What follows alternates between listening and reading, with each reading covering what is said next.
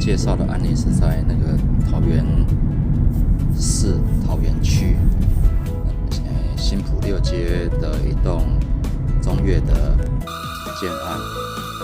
那屋主反映是说，那个他家里会有发出很尖锐的声音，在厕所那边，但是都找不到。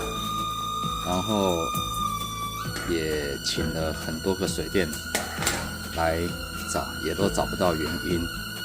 然后因为已经吵了2-3天了，所以他请这里发出的声音去找问题。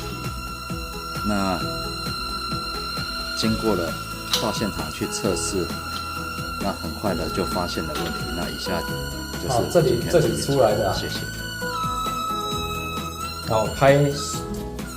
好，好，声音找到了，来，你看。